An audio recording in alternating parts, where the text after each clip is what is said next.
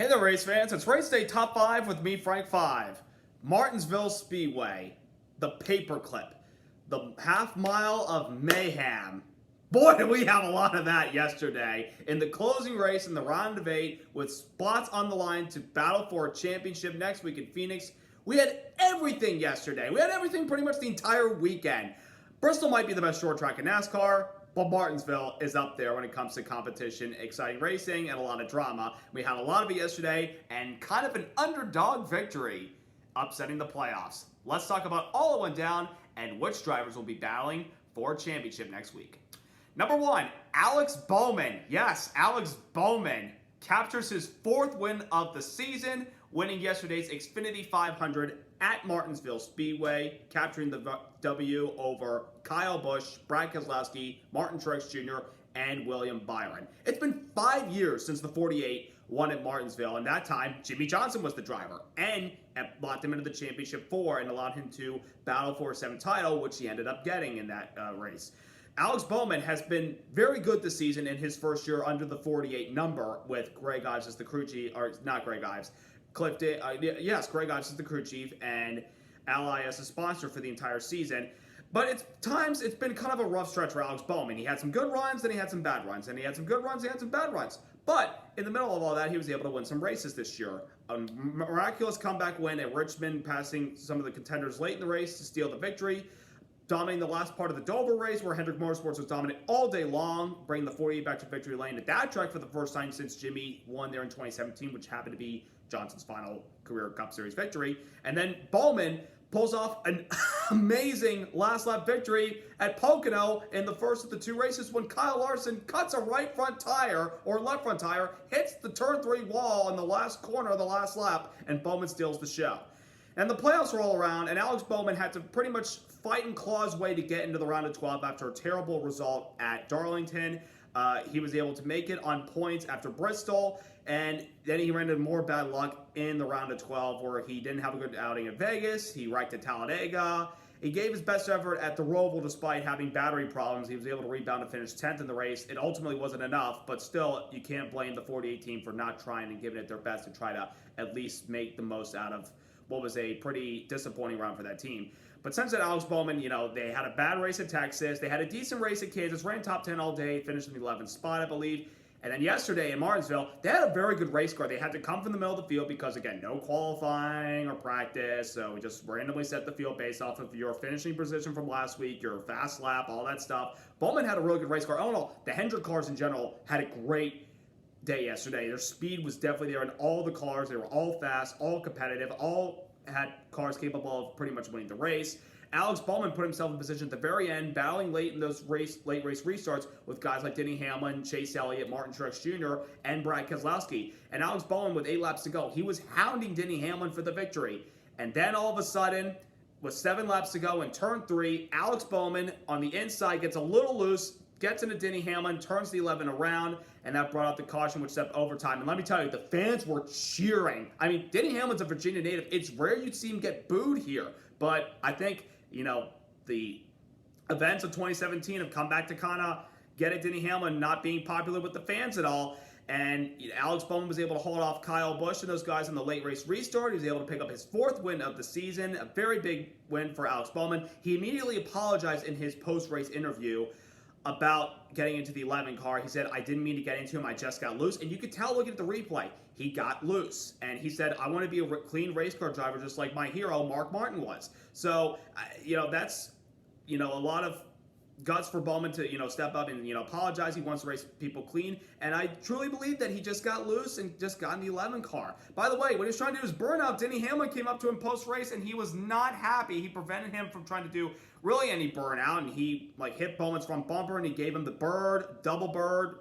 Don't need to clarify the details. I think you all know what that means. He was not happy, and I'll get to that story in a second. But Alex Bowman, regardless, spoils the party, and he's able to capture his 4th win of the season, definitely building momentum for 2022. It's been a kind of a career year for Alex Bowman, multi-win season.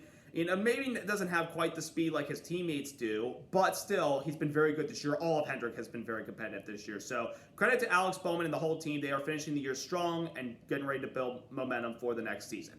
Number 2, Denny Hamlin had a pretty rough day. We'll get to obviously the end of the race and how he felt about it. But Denny Hamlin started the day by failing pre-race inspection twice, which means tail end of the longest line to start the race.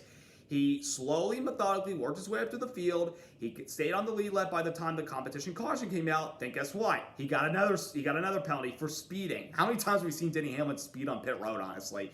But he was able to stay on the lead lap. He didn't get stage points in stage 1. He was able to get some stage points in the second stage and then got towards the lead at the very end of the race, and it looked like he had control of the race. And obviously, the incident with Alex Bowman, he had the lead. Bowman got loose in 3, turned Hamlin around into the outside wall, bringing out the caution. Hamlin was able to put on some scuffed tires because at that time, everybody was out of fresh tires, and he was able to salvage a 24th place finish. As mentioned, post-race, after the race had concluded, Hamlin drove up to Alex Bowman on the front stretch and prevented him from trying to burn out, pretty much signifying his disgust about what happened. And then I don't know if it was his crew chief or a spotter on the radio told him to think big picture, because despite all that, Denny Hamlin did clinch a spot in the Championship 4. He will compete for a championship next week. But let me tell you, when he got out of the car and was interviewed by Dylan Welch, he was not happy. He called Alex Bowman a hack. Really, dude? You called him a hack? You said he's terrible? There's a reason why he gets his butt kicked by his teammates? No. That's poor sportsmanship right there. And he said, I tried to race him clean and everything. All I can say, Denny Hamlin, please grow up. Please grow up. You're acting like the real, you're acting like a sore loser right now. Just to put it in perspective. Yes, you're in the Championship 4. But let me tell you something. Alex Bowman has double the wins that you have this year. You didn't win a NASCAR race until the playoffs started. You're the one to talk, Denny.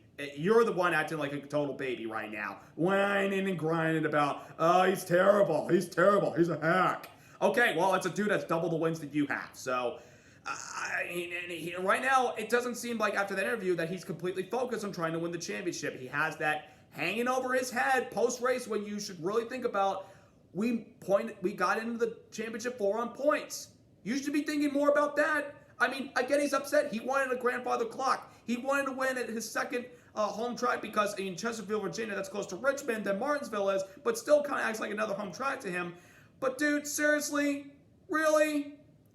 And Bowman got loose. He apologized. And you lash out at him. I get you're upset. It's the heat of the moment, but you're acting like the baby in this one, Denny. Grow up. Congrats on making the Championship 4. You might have a chance to win, or you might blow it again. So we'll see what happens. But other than that, Denny Hamlin, he's our crybaby baby of the weekend. That was pathetic on his part. Those comments were just absolutely disgraceful, in my opinion. Number 3, the battle for the final spot. Aside from all the drama about Bowman and Hamlin, the drama was who's going to make it into that final spot in the Championship 4. It was a battle towards the very end between Martin Truex Jr., Kyle Busch, and Brad Keselowski. Martin Truex Jr. ran top 5 all day long. It overcame all the misfortune from the first race of the round of 8 at Texas with that late race wreck. Had a decent 7th top 10 finish last week at Kansas. I think he finished 7th.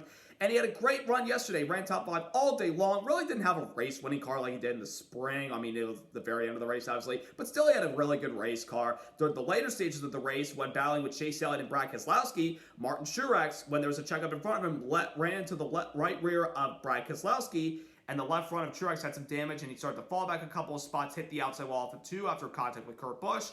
But he was able to quickly move his way back to the field on one of the late race restarts, the last restart. Truex, with the choose rule, took the outside lane to restart the top 4. That was the move that helped him gain all those points to stay ahead of his teammate. Because if Bowman didn't win and Kyle Busch wins, Truex is not in the Championship 4, Kyle Busch is. So Truex, with the 4th place finish, was able to secure the last spot in the Championship 4. Kyle Busch missed out. He thanked his guys for his help, their support, but they kind of struggled in the round of 8. They didn't have the speed, and really the race last week at Kansas kind of put Kyle in this position. Yeah, I know he came out 1 point above the cutoff after the race, but I feel like there's no way Kyle Busch is making the Championship 4 because he really hasn't been. He's been solid in Martinsville, but he hasn't been a race-winning car. He had a chance yesterday getting up there, but it wasn't really enough.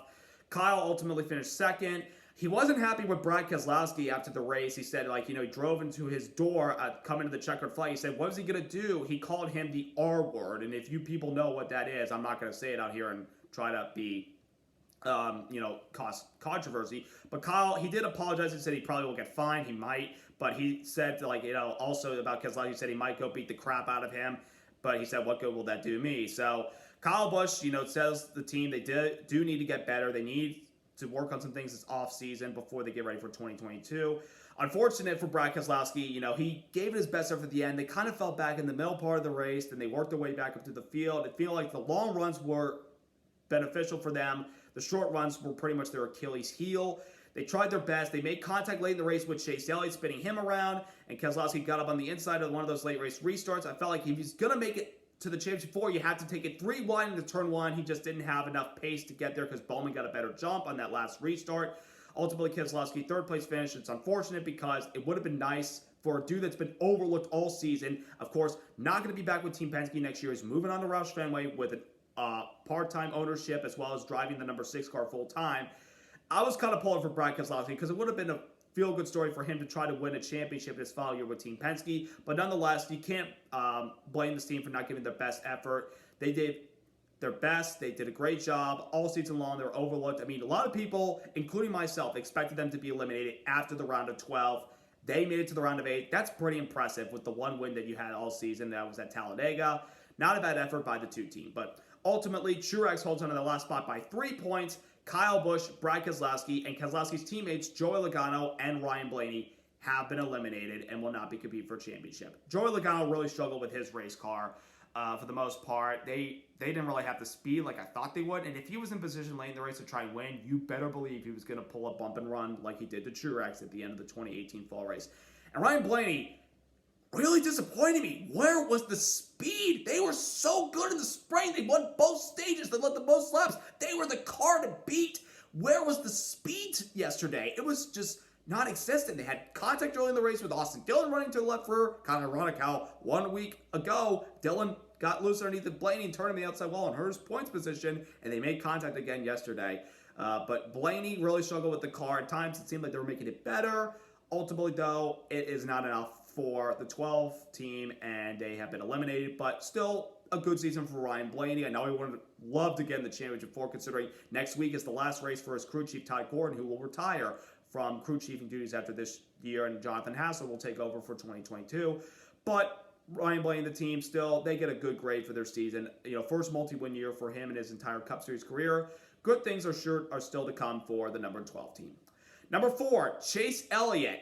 Just total domination yesterday. He had the best car. Coming in 34 points above the cutoff, he knew he needed to gain all the stage points he possibly could to help him put himself in position to make the championship 4. Well, he definitely had the speed yesterday to do it. He won stage 1, and he dominated all of stage 2, and by the conclusion of stage 2, it was confirmed with the points that he had accumulated through those stages, Chase Elliott locked up his spot in the championship 4 and will have a chance to compete for the Bill France Cup and defend his title as Cup Series champion. They had the speed yesterday. They almost led 300 laps. They led 289 of the 502 laps. But in the final 100 laps of the race, it seemed like they really struggled with the car. They couldn't keep up with the track conditions. Of course, the late race contact with the 2 car sent him around. He put on scuffs and had to rebound to get a 16th place finish out of it. But in his post-race interview, he wasn't upset about the Keselowski incident. He was fairly happy with the speed they brought. And that's something going into next weekend where it's going to be a low downforce, high horsepower race, the 750 package. They had the speed yesterday, and they are really good at Phoenix, so they feel confident. He's more focused on the championship than what happened late in the race with him in the 2 car. And that's a class act by our reigning Cup champion, who, I will remind you all, is 25 years old. That young dude, he's a class act right now. I mean, he is not worried about Kevin Harvick. They never really ran into each other at all yesterday, which a lot of people were wondering if Harvick and Elliot got together yesterday at Martinsville and Elliot needed all the points and he didn't get them and he was struggling, what would the outcome have been?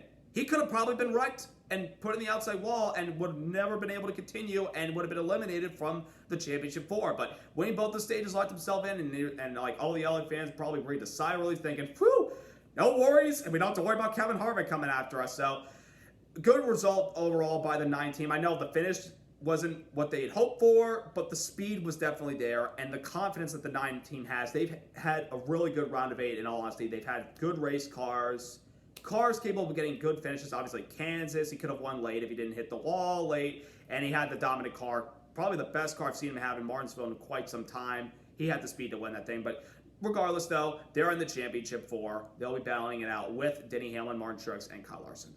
And number 5, Martinsville Speedway as an elimination race. Bravo! I love this so much. I mean, the elimination races that we have for the playoffs, kudos to NASCAR. Bristol, round of 16, awesome. Roval, round of 12, awesome. Martinsville, round of 8, awesome. All the races this weekend were phenomenal for the Cup Series, Xfinity Series, and Truck Series as far as elimination goes. We saw a wacky wreck fest Saturday in the truck race where Zane Smith pulled off the victory while other drivers were left pissed off and upset. Then we had an exciting battle at the end of the Xfinity race where Noah Gragson pulled off the ultimate win to get himself into the championship 4 to battle for title, which unfortunately knocked out his teammate Justin Allgaier, but you got to do what you got to do. And then yesterday, all those guys battling for those points and all the spots and wanting to make it to the championship 4 to compete for title. Bravo to Martinsville. The racing yesterday also was very, very good. Again, I mentioned at the beginning of the video, Bristol is the best short track in NASCAR. There's no doubt about it. But Martinsville, I think, is under its shadow a lot. It gets Bristol kind of overlooks Martinsville a lot. Martinsville is a fun short track, and I want to go there one day. I've never been to a Martinsville race. It seems like a lot of fun. I mean, and the crowd attendance yesterday, that was probably the most packed Martinsville race since the 2017 fall event with Chase Elliott and Denny Hamlin getting together. At the very end where Hamlin dumped Elliot, and Kyle Busch won, and Elliott and Hamlin were pissed off at each other. Kevin Harvick and Ryan Blaney were upset with each other. Martinsville just brings out the best and the worst in the drivers, and for an elimination race and playoffs, in a spot on the line to make the championship 4, I love it. I love this place, and I want to go to a race, hopefully next year, with this next-gen car. It'll be very, very interesting what the next-gen car can bring to the table at these short tracks like Martinsville and Bristol. But Martinsville, thank you so much for making this an elimination race. You guys are the best. And it was a good weekend of racing, other than the chaos that happened in the truck race, because that was pretty ugly. The racing in general this weekend was just phenomenal. Martinsville's a really good racetrack. So, with that being said, we now have our championship 4. Kyle Larson, Chase Elliott, Denny Hamlin, and Martin Truex Jr. I will do a video this week and analyze each of the championship 4 drivers and who I believe will be this year's champion. We have a busy weekend up and coming, the last weekend of the NASCAR season with the Camping World Truck Series finale Friday night with the Lucas Oil 150, then the Xfinity Series finale on Saturday, and then of course the season finale 500 Sunday, 3 p.m. Eastern on NBC. It's going to be a bittersweet weekend knowing there's a lot of laughs and it's the last race of the season. But don't cry yet, folks. Soon, the season will be back before you know it with the Busch Clash at the LA Coliseum in February. But Martinsville racing, phenomenal yesterday. And now it all comes down to 3 races where we get to crown a champion in the Cup Series, in the Xfinity Series, and the Camping World Truck Series. And I can't wait to see who will be the champion for each series. So I hope you all enjoyed this video. Subscribe, like. Congrats to Alex Bowman on the amazing victory, and congrats to our 4 championship drivers that will be battling it out for the Bill France Cup next Sunday. I hope you guys have a good rest of your week, and I hope you will tune in for my video of analyzing the championship 4 drivers for this Sunday's finale. Have a great week, everybody. I hope you all also had a wonderful Halloween yesterday. I hope you dressed up in cool costumes, got a lot of candy. I enjoyed what was a spooky-filled race yesterday. That was a lot of fun. And it's time to decide some champions, folks. So I'm going to get off. Hope you all enjoyed watching, and I'll see you later.